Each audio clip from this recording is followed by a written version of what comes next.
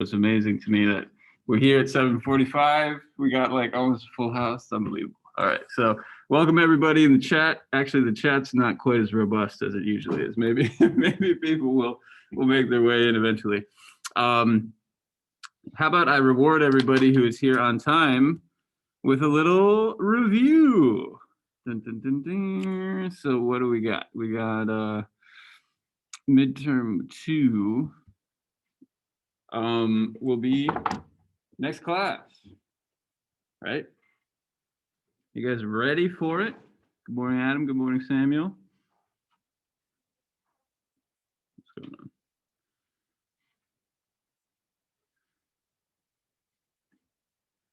Okay, so here's our review sheet. Hopefully you've already started to look at this. If you haven't, now is the time because the exam is in 3 days. So maybe I'll just remind you, it will be online just like last time. I have 10 questions prepared for the quotation IDs. I'm considering cutting it down. Maybe I could ask you guys. Was 10 too many on the last exam?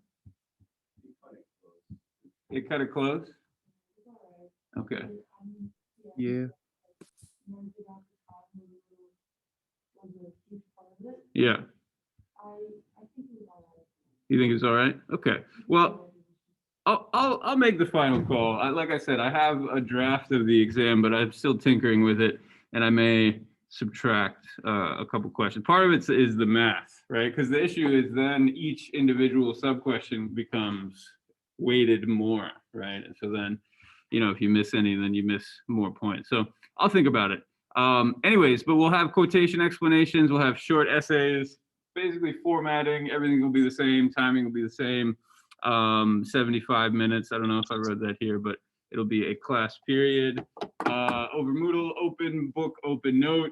A big part of the exam that I'm realizing, because these online exams are new to me, is do you have your notes prepared or not? It's basically like, unlike some exams where everybody has sort of the same, let's say, instruments at their disposal, right? It makes me think of like tennis, right? If you have like a wooden racket and you're playing somebody who has like fiberglass racket, right? You're not gonna quite do as well. And so you gotta do yourself a favor and get your notes ready. How do you get your notes ready? Make sure you have all the slides. If you don't have all the slides, you are playing with a wooden racket, right? So make sure you have things you can search through. If I'll just spell it out for you. A lot of these quotations are coming from the slides. If you can't search through your notes and find the quotations, again, you are at a major disadvantage. So that is my favor to you, is reminding you to get your notes together. It will help you on the exam. You could use this file as notes. It doesn't tell you really that much, but at least gives you some words to think about. So that all being said, do you have any questions for me? Some of these we went over recently, pure perception. We're going to do this one today. We'll do this today. We'll talk about him today. Rita Gross today.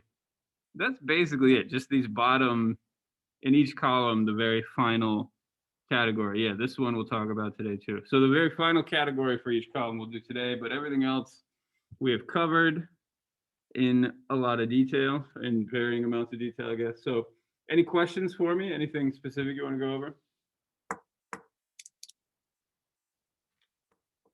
I recorded a review session that I think I told you I mostly hold for the other class, but I invited you guys to come to. Only one person came, which was not a big surprise to me because it was Friday afternoon. But because that one person came and he asked a lot of good questions, you all have a review session that you can refer to. So review session, that was the first one. This is the second one. So I don't think I emailed you about it. I just sort of quietly put it up on Moodle. This is another gift to you for coming to class early and paying attention. Here's the review session. So you can watch that and listen to Steven and me hang out. We can 50 minutes. So hi, Steven. Yeah, that's me. Okay. So anyways, let's go back to this. Questions? Anything you want to go over? You guys are either extremely prepared or relatively unprepared. And I'm going to guess It is probably the latter, but you have time. So, anyways, that review session with Stephen, maybe just refer to that. We don't have to go over anything if you don't have any questions. Sydney. I would love to. So, six perfections. And one way I would study for this is try to make connections between things, right? If it's just an idea floating by itself, it's a little hard to remember. So, but if we associate this with other things, then we can start to make sense of it. What can we associate this with? Can anybody draw connections between this? Does anybody know what it is? Six perfections?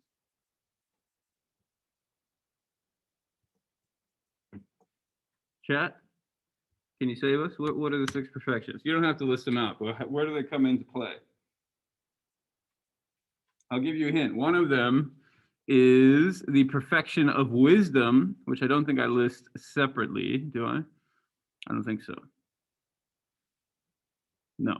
One of them is the perfection of wisdom, otherwise known as prajna paramita, which is what one of the characters in those stories was looking for. Remember the guy who cut off his flesh and made an offering of it? Remember that guy?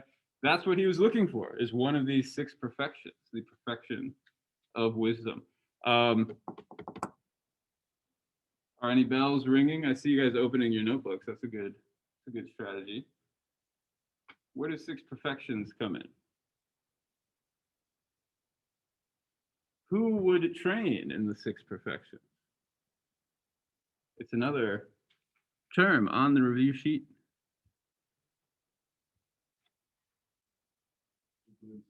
Bodhisattva. Very good. We're starting to get somewhere. Jocelyn, you got something?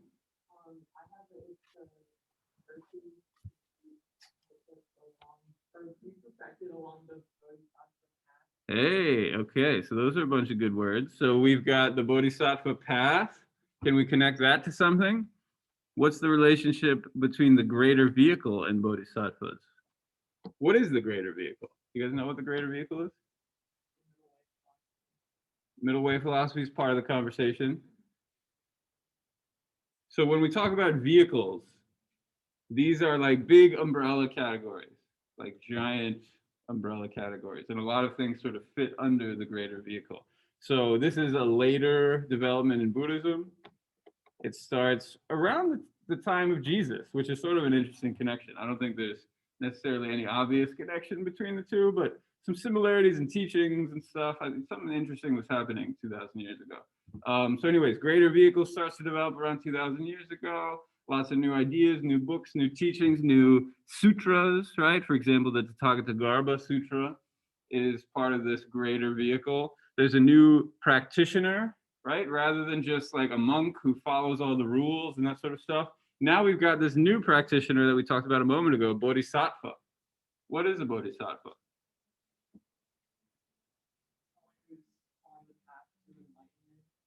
Yeah, someone who's on the path to enlightenment. That's a great way to think about it. Yeah, we read that book, The Life of the Buddha, and we kept calling him the bodhisattva. And for some visions of Buddhism, only he is the bodhisattva, basically, right? We're not bodhisattvas. It's him. He's on the path to enlightenment. We're just like trying not to be reborn as a bug or something like that. But with the greater vehicle, you can aim a little higher than just not being reborn as a bug, right? What can you aim at?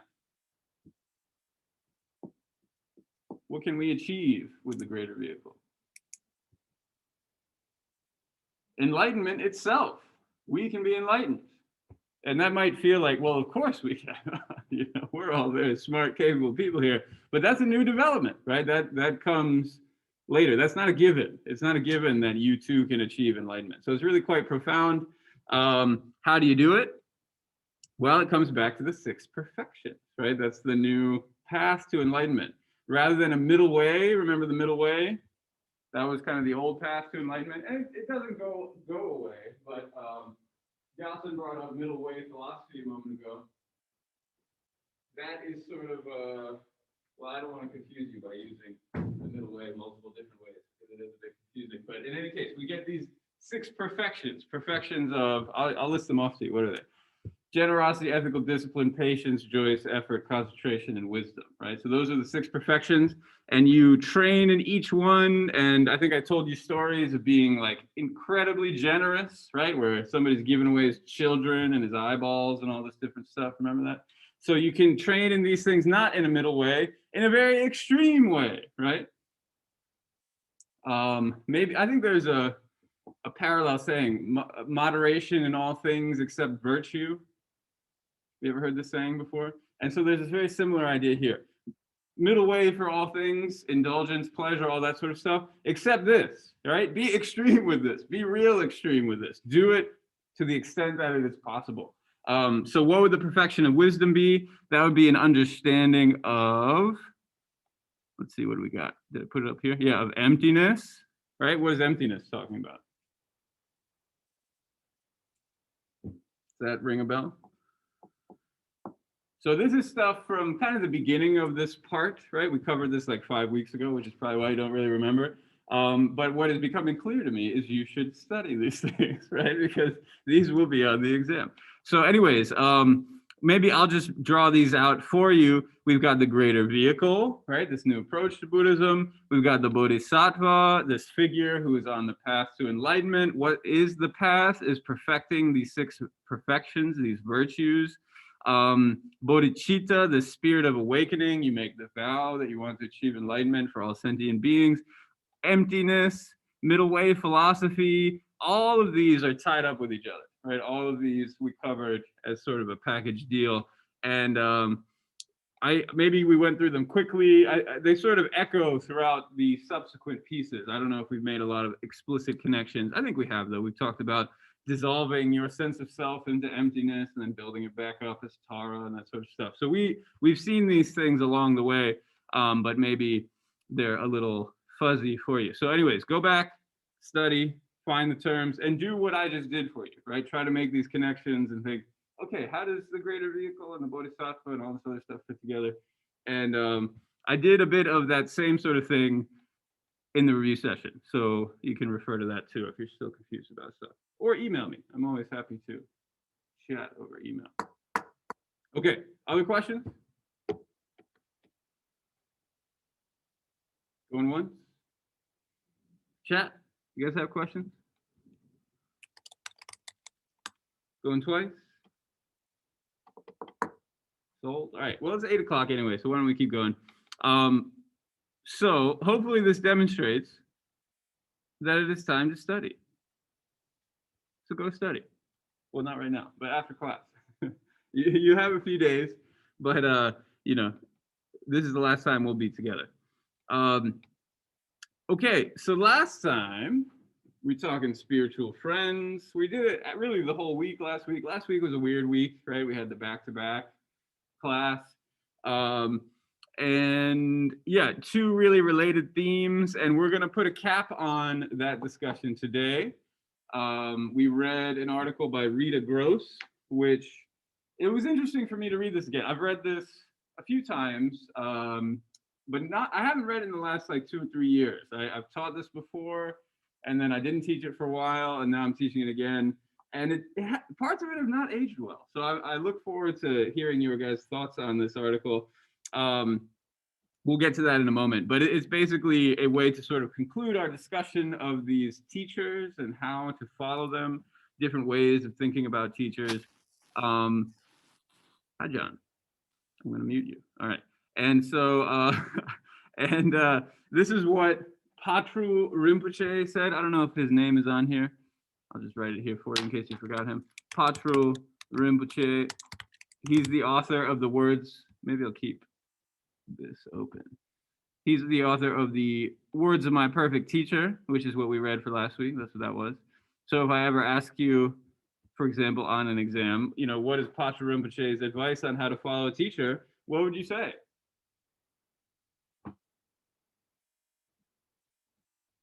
How should we follow a teacher according to Patru Rinpoche? This is actually a very easy question because the answer is right there. What did he say? Yes, yeah. So that's another good thing to remember, right? This is sort of the zoom out information. What's the big takeaway? There are a lot of little details. the frog in the well, the millstone made out of wood, all this sort of stuff, right? And it's easy to kind of get lost in the weeds, miss the forest for the trees. Have you guys heard that expression before?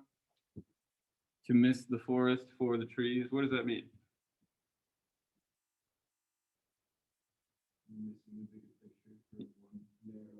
Exactly. It's very easy to do. It's very easy to happen, especially when you're new at something, right? Like Buddhism. Well, you guys aren't exactly new at Buddhism anymore, but when you're learning new ideas, it's very easy to kind of latch onto the details and miss the bigger picture. And from my perspective, the bigger picture is actually what matters the most.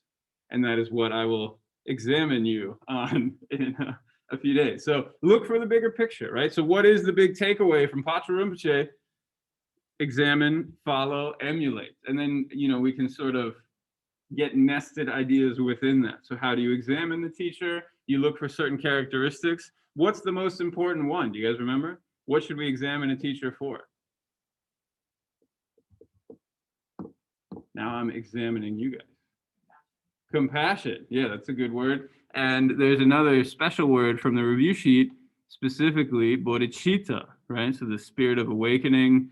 It's somebody who has dedicated their life to altruism, right? To taking care of other people. And so we talked about the importance of compassion and altruism last week. Remember that?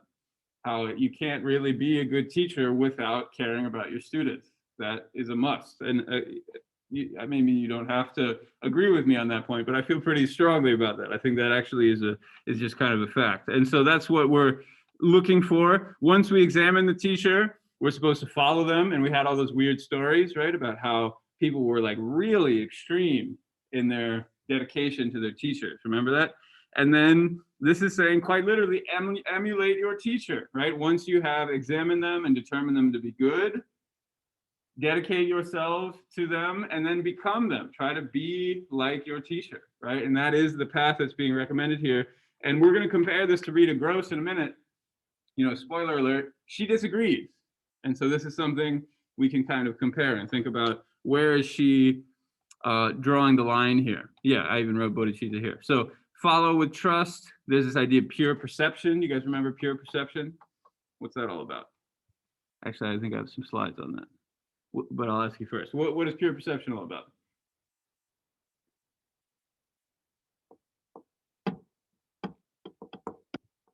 What would impure perception be? How do you perceive your teacher if you have impure perception?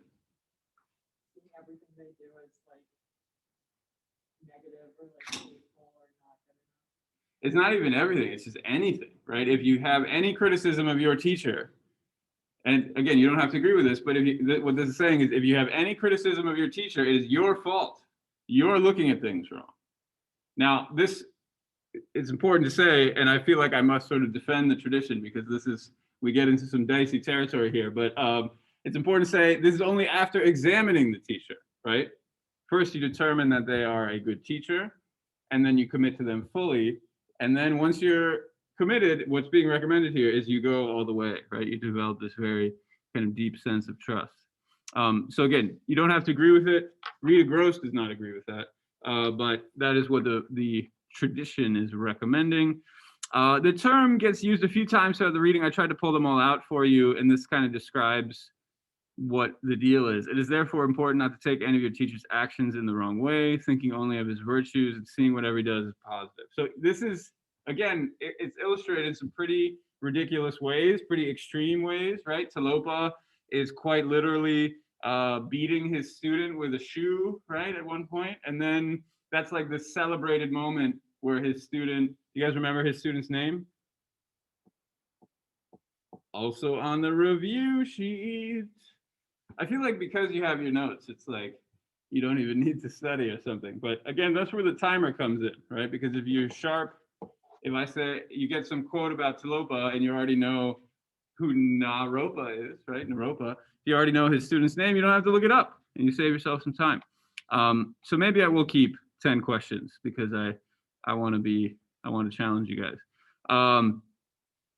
So anyways, that's all review. And then finally, we concluded with Marpa Milarepa. I know these are a lot of names, but again, you can use your notes. That's sort of the lineage, right? You've got this Indian teacher You got his Indian student, Naropa. Naropa then teaches Marpa. He's famously known for his translation work. He went to India, brought the teachings to Tibet, and maybe this doesn't mean anything to you, but there are the Himalayan mountains in between, right? That's no small feat. And so this is a story of bringing Buddhism to Tibet. It's almost like, I don't know, St. Patrick in Ireland or something, right? It's like this is a major moment for Tibet. He's not the only one who did it. There were a bunch of other translators working at the time, but he's one of the most famous ones. This is one of the most famous stories. And we focus on the life of Milarepa. Sinner to saint, murderer to meditator, wizard to adept, right? Those are all maybe familiar terms. We know what a wizard is now. We saw that cool clip of him doing the magic. Remember that? Maybe this is where we start to leave off, right? So how did Milarepa make this transition from being a murderer to becoming a meditator, from being a sinner into a saint? What is his path? Because again, this is a very famous story. It represents kind of how Tantric Buddhism is conceived of by practitioners of Tantric Buddhism. So what is his path? How did he get saved, to use sort of Christian terminology? What allowed him to achieve enlightenment in the same life that he was murdering people, right? That is his story. How did he do it? We didn't see it in the movie, right? We just saw the murder part of the movie. What's the secret sauce, according to this story? Again, this is the forest now, right? We've got the little pieces of the trees.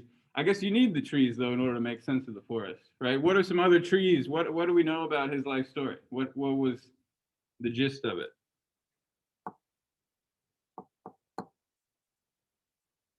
He learns magic. His uncle and aunt were abusive to him. They took all of his possessions, all of his wealth. They forced his mother to become a servant. We didn't see this part, but his mother kind of threatens him, and she's like, "You need to get revenge for our family. If you don't, I'm going to kill myself," right? So he's in a pretty tough spot. He learns black magic. He murders his cousins. His uncle gets mad. The crazy mob chases after him. He hides out in the monastery. Remember, we watched that little part? Then what happens? This is where we move away from movies and into reading. I know that's a hard transition, but actually, we even watched a little bit of the movie, didn't we? I showed you the lower production value movie, so we can still stay in the realm of movie. What was that movie all about? What was happening in that one? I think we might have run out of time, so we didn't discuss it, but we can discuss it now. Well, do I have this reading with me? I think I didn't even bring it. Because this is actually 2 readings ago. There's Guru Yoga, which we're mostly going to skip over because it's pretty easy to skip through. What does Marpa do to Milarepa? What does he make him do, let's say? Build all the towers. Yeah. So we had slides on that last time. I cut them for this time. So exactly. You guys hear what Rena said? So build all the towers. Then he'd come out and make some excuse. And he's like, no, I didn't say a circle tower. I wanted a square tower. Take it all down and build it again, right? And then like other disciples show up and put a big rock in his foundation of his new tower. And then Marpa shows up. He's like, hey, where'd you get that rock? Did you make my disciples work for you? How dare you force other disciples to work for you? I told you to make this thing yourself. Pull that rock out and do it all again, right? And so Marpa's being a big jerk. And there's one part where he's drunk and he's like, I was drunk. My bad. I told you the wrong instructions. You need to build a different one over there. So it happens over and over and over again. It's not great cinema, but it works for the story. He develops all these sores on his back. You know, he's really in bad shape. And Marpa is sort of, you know, he's pushed to the brink, let's say. He's at his wit's end. He even goes to see another teacher and he's like, how could I do this another way? And eventually Marpa's like, yeah, but you know, I was doing that for your own good. I was pushing you through all these difficulties, these tests to help you, right? How do we make sense of that? What's the logic there? How is Marpa helping Milarepa by torturing him so much?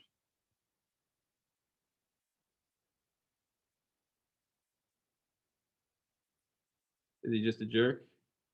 A sadist? Let's try to see him with pure perception. Right? Why was Marpa being kind of fierce, intense, harsh with Milarepa? What's the view from pure perception? I mean, you can still think he's an asshole because he kind of was an asshole, but he can also be a benevolent asshole at the same time. It is possible to be both of those things. What's the more generous read of this exercise?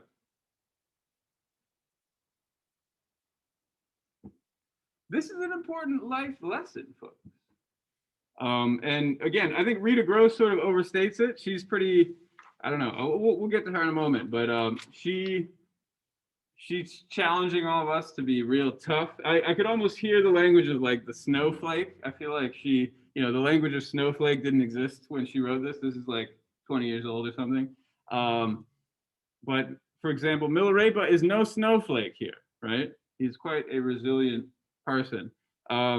Why is Marpa pushing him so hard? Well, again, I mean, I sort of already set you guys up for it.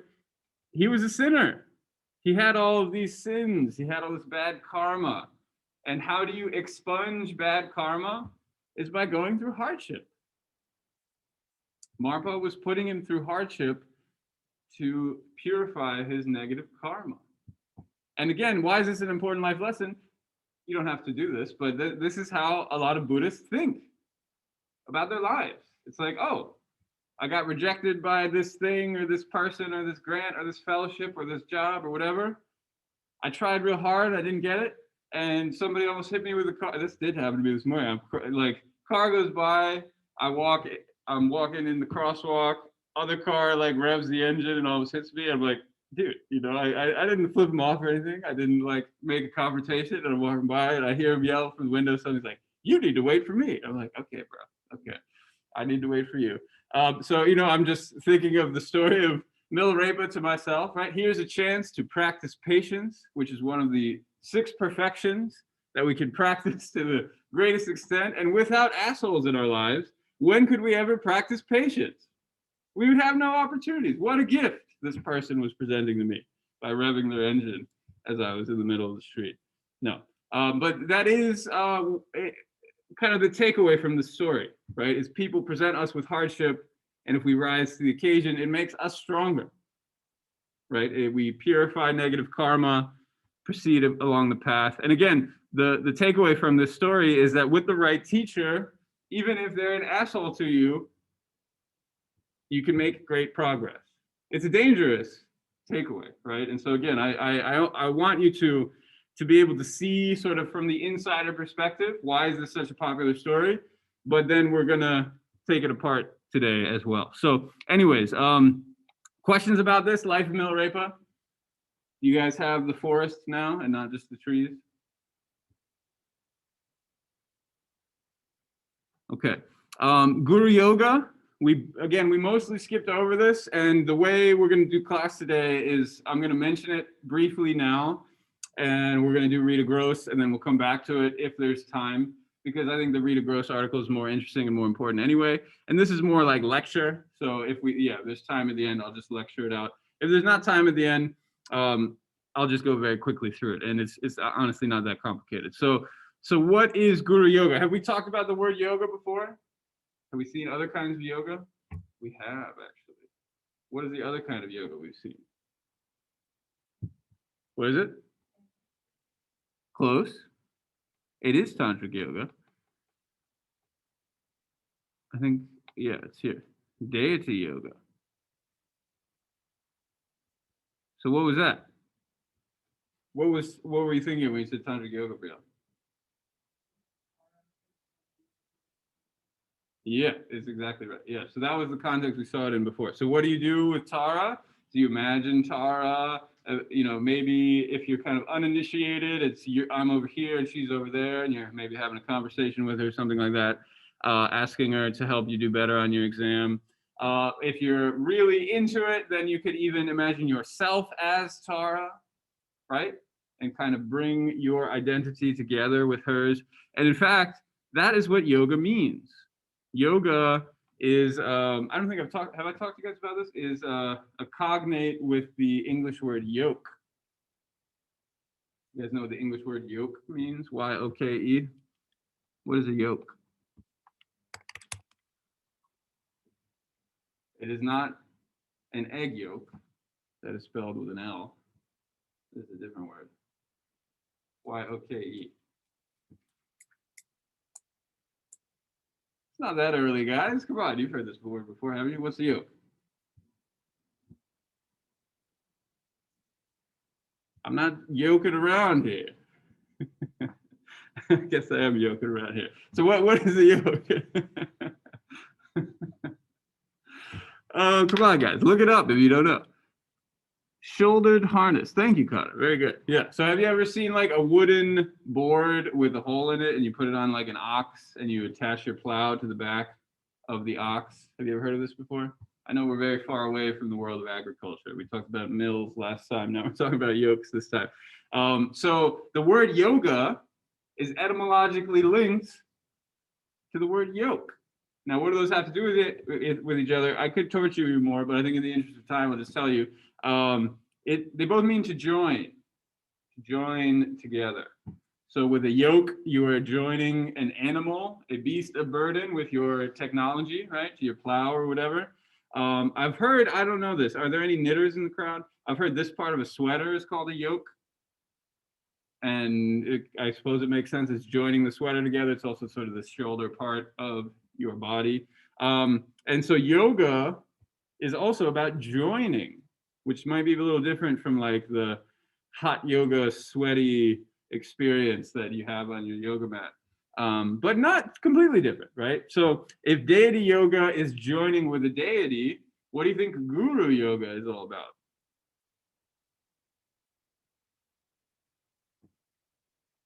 Just gotta fill in the blank. Yeah, so what does that mean? It's very similar exercise, except rather than Tara, like Brielle was saying, it is your guru, right? And again, if we go back to the Patra Rinpoche plan of examine, follow, emulate, once you have this teacher that you're totally committed to and really care about, then you can basically treat them like a deity, right? And again, if we kind of build up this person, we talked about teachers who are important in your lives before, remember that? People who have inspired you in the past, who have provided advice or been role models, right? And I maybe pushed this a little bit, but it's not so different from this exercise. I know this sounds a little bit weird, but it's a similar idea, right? It's like, oh, that person is a good role model. I want to be like them. Here's a practice for making that, rather than some sort of passive exercise, a very active exercise. How can I actively take on the positive characteristics of my role model, right? How can I become a better person by following after this very good person in my life? And that's what this exercise is about. The upshot is your mind will merge completely with his. So again, there's a sense that the teacher's mind is pure and perfect and like a Buddha. And again, this sometimes is not even the case, but if we think from the side of the practitioner, there's actually a lot you can gain from this, right? You can imagine somebody is perfect, even if they are not, and then try to take that perfection onto yourself, just like you would be doing with Tara, except instead of a deity here, it is a person. And there's visualization, offerings, and prayer. Again, we can get to the details of that at the end of class. But why don't we, let's do the Ria Gross thing, because I've been promising this for a long time. She has since passed away. Again, this article is about 20 years old. I don't know if I'll teach it again. Some of it has aged so poorly. I feel like you kind of, it's hard to ignore that stuff. I want to give you a little bit of a taste of her teacher, Trungpa Rinpoche. I guess I'll pause. The clip we watched gives us enough of a taste of who Trungpa Rinpoche is. Here's a picture of him. I had a student once call him a pimp, and I was like, actually, that is kind of perfect. So yeah, there he is. That's Trungpa Rinpoche. Rita Gross was his student, and so when she talks about her teacher and her relationship with teachers, this is kind of what the world that she is talking about. So let us discuss, shall we? So according to Rita Gross, right, we just saw Pacha Rinpoche's advice. We went through it, kind of, again, zooming out, looking for the forest instead of the trees. According to Rita Gross, how should we and should we not learn from a spiritual teacher? That's the main question for today. Again, that's the forest. There are other trees. She's a pretty clear writer, I think, as far as academics go. I'm very critical of my colleagues for writing poorly, but she's actually, I think, quite a good writer. Her arguments are pretty clear. Again, you don't have to agree with her. In fact, I don't agree with her on a lot of her points, but it's a pretty hot take, let's just say, right? And I think that's one appeal of this article, is she is provocative, maybe even purposefully so. And so let's go through it together. She brings up this idea of natural hierarchy. So I want you to figure out what that is. So those are the big questions I have for you, is what is her advice? How should we approach this relationship with the teacher? How should we learn from a spiritual guide? And it's not just any teacher, right? She's not talking about, you guys and me. This is a very different sort of situation. She's talking about her relationship with her teacher and other people, their relationships with their spiritual teachers, right? So a Buddhist teacher. And she has this idea of natural hierarchy, which I think is actually very nicely explained. So that to me, that's the big takeaway, is this thing on natural hierarchy. The other stuff, maybe not as important. So these are my questions for you. You can compare her to Pacha Rinpoche. And if you don't know the answer to these off the top of your head, you can start digging them out. All right, here come the lights. So let us discuss, shall we? Any questions before we break it out? Okay, hello. Hello. Welcome back, everybody. So I just had a nice conversation with folks on the internet. I feel like the folks here in the classroom were a little quiet today, but it's sort of a sleepy day. It's all right. I'm not gonna judge. Who wants to summarize the Rita Gross's hot take? What is her advice? How should we learn from a spiritual teacher? What is the answer to this question? There's not just one answer. There are actually a lot of answers, but that's what this whole article is about.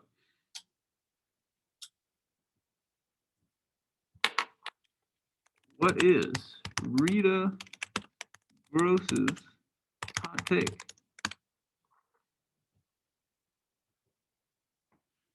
See, right now I can threaten you guys and say, I could put this question on the exam, right? And then all of a sudden it has so much more importance, doesn't it, right? A week from now, I can't threaten you anymore. So I'm sort of drunk with power at the moment and making you guys build intellectual towers for me. So, but it is true. This is a good time to get sharp and start thinking, right? So what is Rita Gross's advice for how we should learn from spiritual teachers?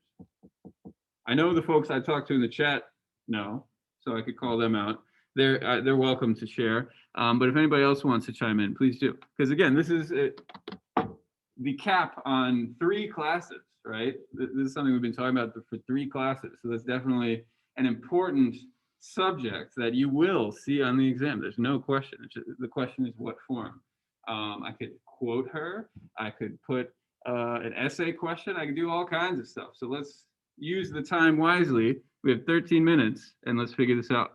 Connor says, you shouldn't necessarily be seeing your teacher with pure perception. Okay, that's a great take, or a great response to this take. Pure perception, as we already discussed, is seeing your teacher as perfect, right? And what Connor is saying is, according to Rita Gross, we should not do that. Why not, Connor? Why should we not see our teacher as perfect?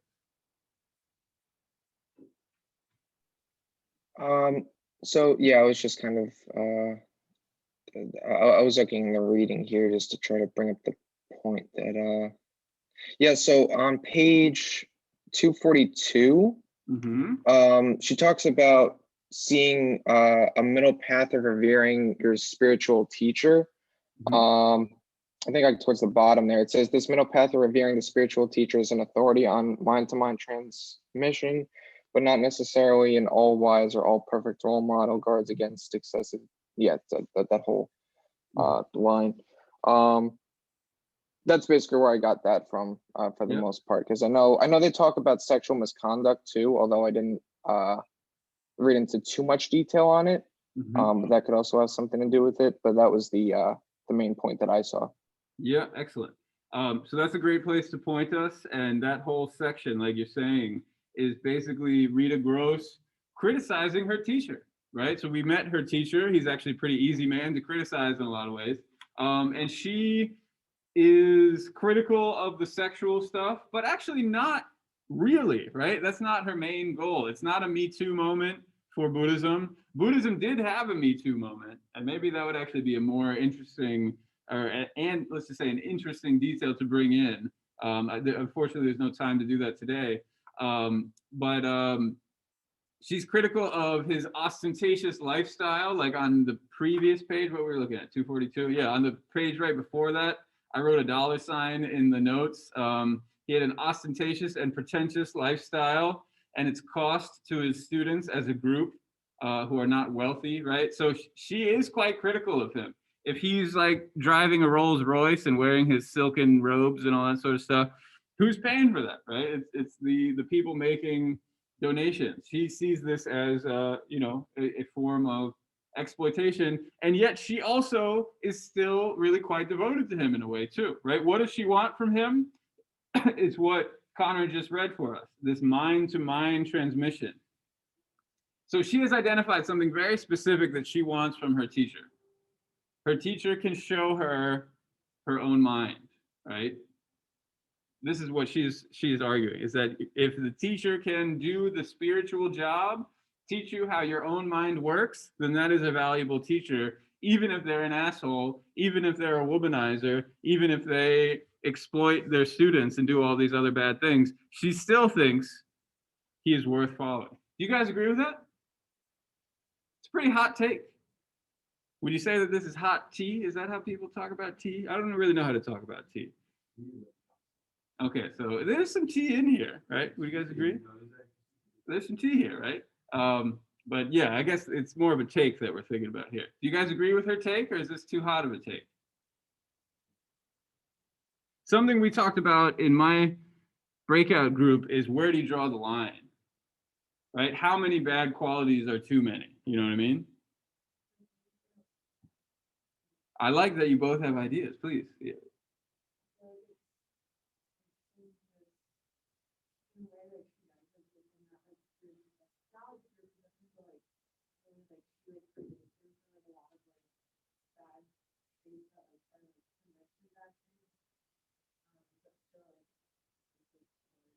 Mm-hmm. And that's hard to do, isn't it? I mean, if you just look at our world of like Twitter, I don't know if you guys use Twitter. I'm relatively new to Twitter, but I use it pretty often now. It's full of people just dragging each other, right? And just being like, look at this guy, he's such an asshole, right? And it's usually just one very like specific aspect of their lives. Sometimes it's not, right? Sometimes it's a bit more encompassing, but all of these good qualities are ignored, and then this one negative quality is really amplified, right? This tends to be the society we live in. And again, maybe it's because of the technological tools we have at our disposal, but very different from what Rita Gross is doing, right? She's trying to sort of see both sides, but it's hard to do that. It is hard to do that, to see a full person, respect them and learn from them, and yet also criticize them at the same time. Jocelyn, you had your hand up a moment ago? Yeah, I guess I just kind of had a clarification question. So Sure. the controversy is that she is like whether or not she can still be like a loyal follower to her teacher while still criticizing him and not agree with everything. Mm-hmm. Exactly. Yeah. So if we compare her to Patra Rinpoche, right? If we just back it up to this examine, follow, emulate, plan, or the life of Milarepa, where he's doing whatever his teacher tells him, she's saying no, right? Don't do that.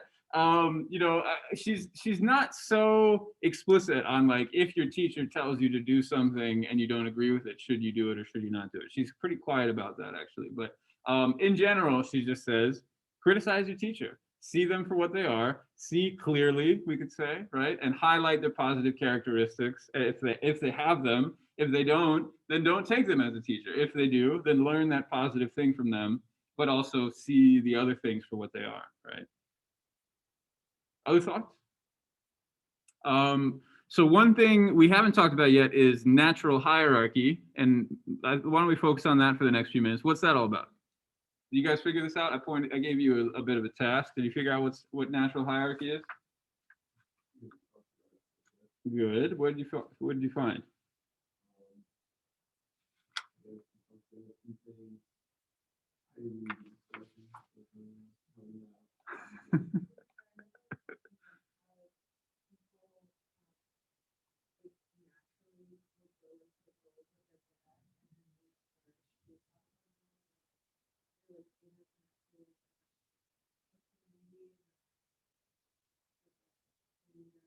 Mm-hmm.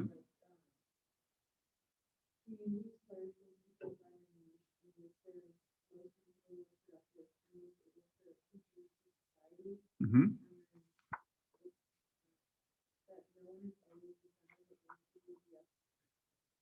Excellent. And she uses this term mandala, right? Do you guys remember this term? So here's a mandala for you. There's a deity in the middle. There's all these structures on the periphery, right? So this figure is in the middle now. But what Rita Gross is saying, unlike a pyramid, yeah, well, I guess I could draw this. Why not? We got a few minutes. So unlike a pyramid, which she's presenting as being sort of rigid, where there's the leader at the top, right?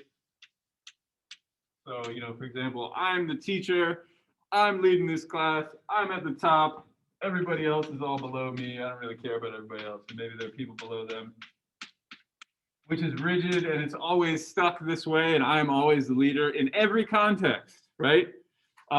What she's saying is, with this image of a mandala, you have the leader in the middle, and you have other people sort of around the leader. But then the center is shifting, right? Like Brielle was saying, there's sort of a fluidity to it. And let's say I know more about Buddhism, so I'm the leader in this class. But maybe, I don't know, Jocelyn knows more about journalism. And so if we need to do something with the paper, then she will be the leader, right? And we can all listen to her. And so this middle is constantly shifting, right? Depending on the context. And again, I think this is the main takeaway from the article, because I think this is pretty good advice, right? And it ties in with her advice about seeing the good and the bad in your teacher, because when it is time for the teacher to shine, right, and they really know what they're talking about, let him be the leader, right? When it comes to advice on relationships or whether or not you should do cocaine, then maybe they shouldn't be the leader anymore, right? Maybe we can rely on ourselves in our own advice. So this language of the mandala, that's at the top of 248 and the bottom of 247. And so this becomes a feminist argument too, right? What is feminist about this argument? She talks about post-patriarchal Buddhism, which is kind of an interesting term. And again, this is not a new article, right? This is like 20, 25 years ago. So I think this voice was very quiet at the time. She was pushing against a very powerful patriarchy at the time, which I think is a little easier to do now. Not to say that it's gone or anything, but how is this a feminist argument?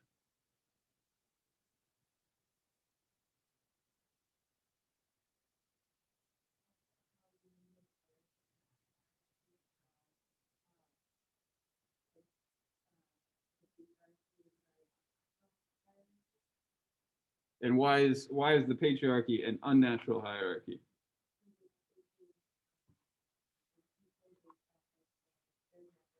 Mm-hmm.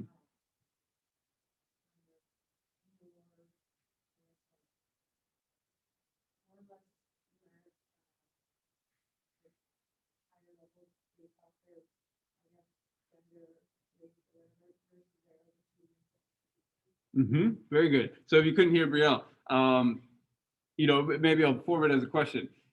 Should I teach this class because I'm a man? Does being a man have anything to do with actually being able to teach a class?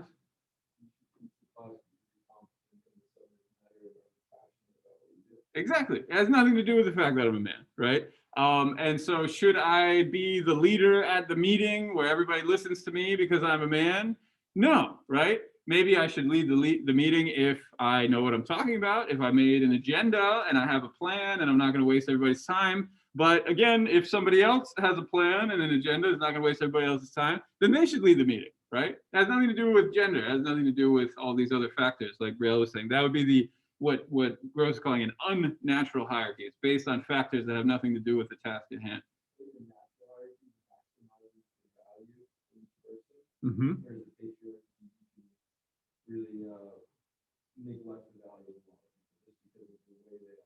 Yeah.